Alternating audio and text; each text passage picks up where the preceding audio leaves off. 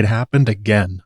Last season, I made a wild speculative theory about how Larys Strong is a Skinchanger and a green seer, and the next episode, House of the Dragon, provided basically everything I could ask for, short of a direct confirmation of the theory. And that just happened to me again with another Larys Strong theory video. The last video on my channel, I speculated that Larys Strong had something to do with blood and cheese. Not that he was necessarily hiring the assassins, more he was allowing the murderous rat catcher and Gold Cloak access to royal family to do the crime that Daemon hired them for. At the end of the video, I made a bunch of predictions that if the theory were true, how would that subtly show up on the screen, knowing how light of a touch the writers like to use with this particular character and Larys Strong. And one after another, the things I predicted showed up in the episode. The first prediction, and the biggest one, was this.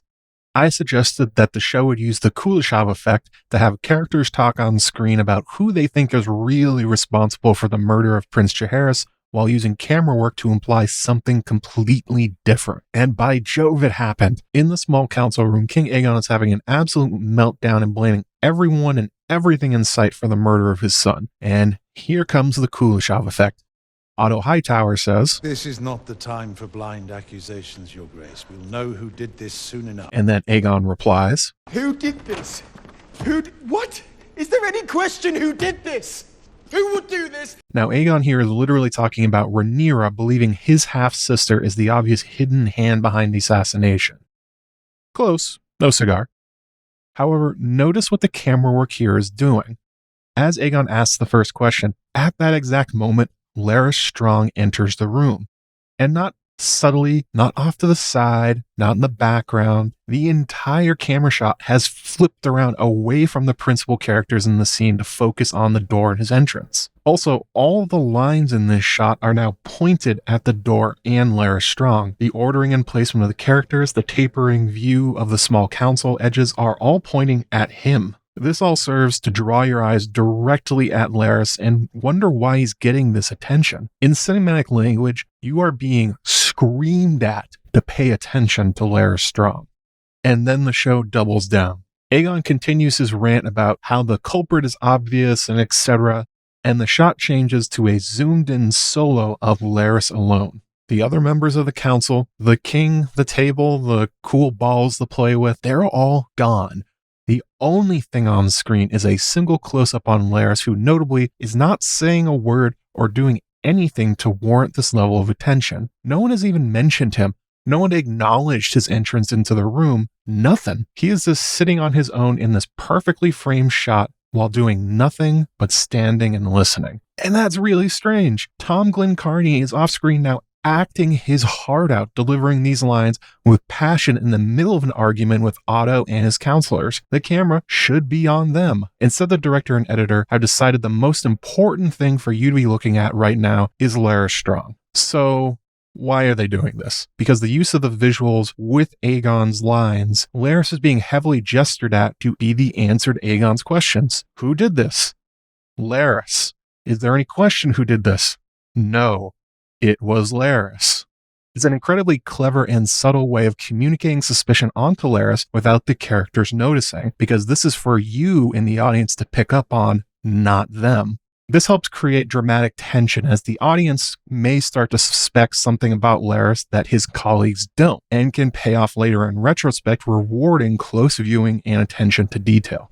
If you want to know more about the Kuleshov effect, here's an excellent video by YouTuber Folding Ideas, who you may know better for exposing NFT and crypto grifters. Part of my video was suspecting that because Larys is aware of blood and cheese, he obviously knows who they are. He for certain knows Cheese the rat catcher, as he bragged to Alicent about interviewing the entire castle staff for traitors in their midst. And assuming that Larys had a hand in allowing the attack to happen, he knows who Blood is too. Because of that, I suspected that Larys will have a comically easy time tracking down the two men. He may have even had his fireflies following them as they left the Red Keep with Jaehaerys' head. And wowee, wouldn't you know it? The news Larys is delivering as the show is fervently gesturing at you to pay attention to him is that he has already apprehended Blood with the boy's head. Way to go, buddy. Larys, you crushed that one. As I suggested, he may end up looking like a hero, making sure there's no suspicion on him, despite his job being to stop these kind of plots as the de facto master of whispers and the guy who supposedly just purged the castle of all of Mysaria's agents. And despite that meaning he should probably be a character of suspicion, he found blood. He's proved his worth. Larys is great. Nothing to worry about there. So my question is, how exactly did Larys catch blood? He claims the burly Gold Cloak was attempting to flee from the gates of the gods with Jaehaerys' head in a sack. Now that's pretty strange for the simple fact that the gates of the gods is not the gate that Blood was patrolling and the one that he has the keys for. When Blood let Daemon into the city, it was likely through either the Mud Gate, the same one used in Game of Thrones by Tyrion and his men during the Battle of the Blackwater, or possibly the Iron Gate. Both are lightly guarded and they border Blackwater Bay, which is how Daemon obviously got there, and they both open into the poorest parts of King's Landing known as Muddy Way and Flea Bottom, which match the sets being used here. Now let's think about how this plan should go post-murder. Daemon wants the head as proof, and thus he has to meet up with Blood or Cheese to pay them the other half of the bounty. The logical thing to do would be to meet back near where Daemon came in and then let him out the same way. Not only is it convenient for Daemon to escape into Blackwater Bay quickly, which he may have been planning to do anyway, but this is also where Blood works. He knows the Gold Cloaks there, the streets, the people. No one would suspect him of anything for being out and about. It's his turf. The Gates of the Gods, though, is the other way through the city, and it is a huge, ornate, and heavily guarded gate. It's also the main thoroughfare out of the city to the King's Road. It also happens to be the longest possible route to try and get out of King's Landing if you're starting from the Red Keep. Taking this route offers the most danger out of any option to leave the city by far. It's inconvenient, it's far more heavily guarded, and the guards there may not know Blood that well, unlike his local Gold Cloak goons in the Muddy Way or Flea Bottom, which increases his odds of someone stopping him to ask about, hey, why do you have a sack that's bloody and head-shaped? If you were trying to make a quick exit with an incriminating head, leaving through the Gates of the Gods is the last place you would go, whether you're Daemon or Blood. What I'm saying here is I doubt Larys' story about where Blood was caught and how. Seems far more likely that the Gates of the Gods story is a fabrication by Larys to give an easy explanation of how Blood was caught. Rather than Blood being followed and arrested by Larys' men shortly after leaving the Red Keep, Larys says he was caught going through a major thoroughfare and his odd bag gave him away. That doesn't arouse suspicion on how Larys found the man so fast, since it's being framed as a foolish error rather than shockingly effective detective work. It's also odd that we're being told where Blood got caught at all. Why would you specify the Gates of the Gods to the audience if not to arouse suspicion to super nerds who know the layout of the city? Casual fans won't even know the gate exists. It's a superfluous detail otherwise. It doesn't add anything to the scene or Larys. It's really just a throwaway detail from Fire and Blood, and there's a reason for that. In Fire and Blood, the suspicion is that Blood went through this Gate of the Gods specifically because they lead to the King's Road, which goes to Harrenhal.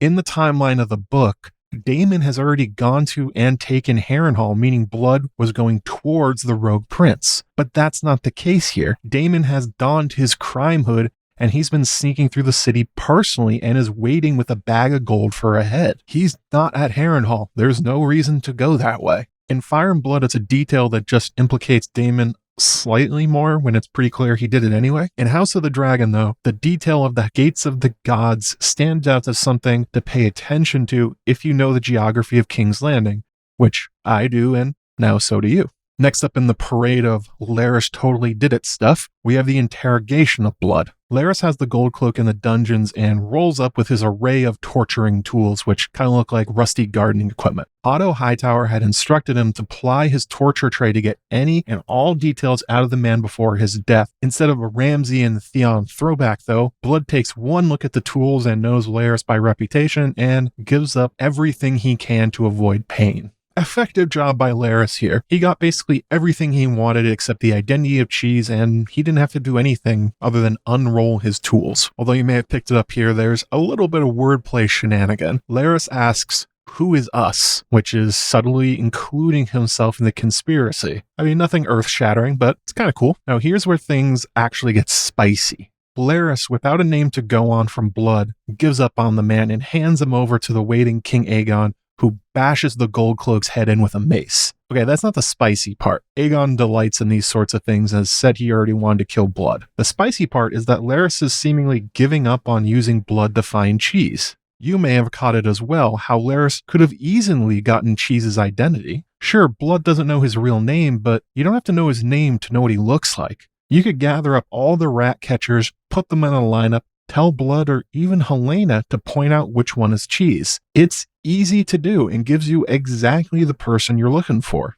And we know from the scene that Blood is well motivated to turn on anyone if it will save him from pain or death. Larys, though, he's not interested in Cheese. He doesn't want to find him. And he lets Aegon play executioner to kill the only person other than Daemon and Mysara who knows the rat catcher. So why would Larys do this? Why is he giving up so easily when the path to truth here is trivial? That could be answered by what happens next. Aegon then takes this information and orders that all the rat catchers in the Red Keep are rounded up and hanged with their bodies displayed on the city walls for all to see. This is for certain the suggestion and carried out by Larys Strong and his men, as they definitely would need Larys' help to find them, and Larys is encouraging Aegon to be violent here. It's not like there's a Red Keep Facebook or employment records with pictures and ID badges to go by. There's a lot of people that work in the Red Keep, and there's a lot more people in King's Landing. It's this encouragement of Aegon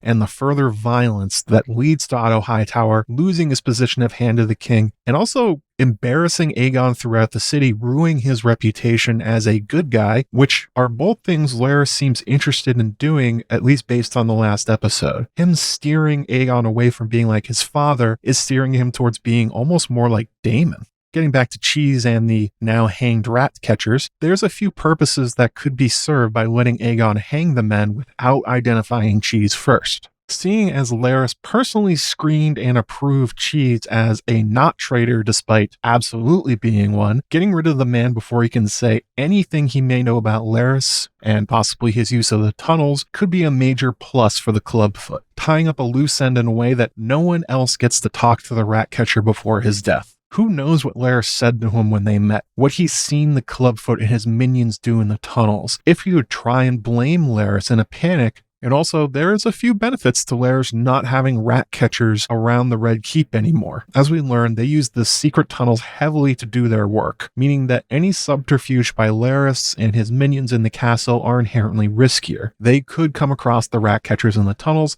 and that could be a wrinkle they either don't want to deal with, or they now have to pay off. Their existence in the secret places of the Red Keep limits Larys' control of it. However, with all the rat catchers and their knowledge of the tunnels being gone, this reduces Maegor's secret labyrinth of tunnels to being the knowledge of a few to being under one master alone. Lastly, forgive me if you've figured out where this is going, rat catchers catch rats. Wow.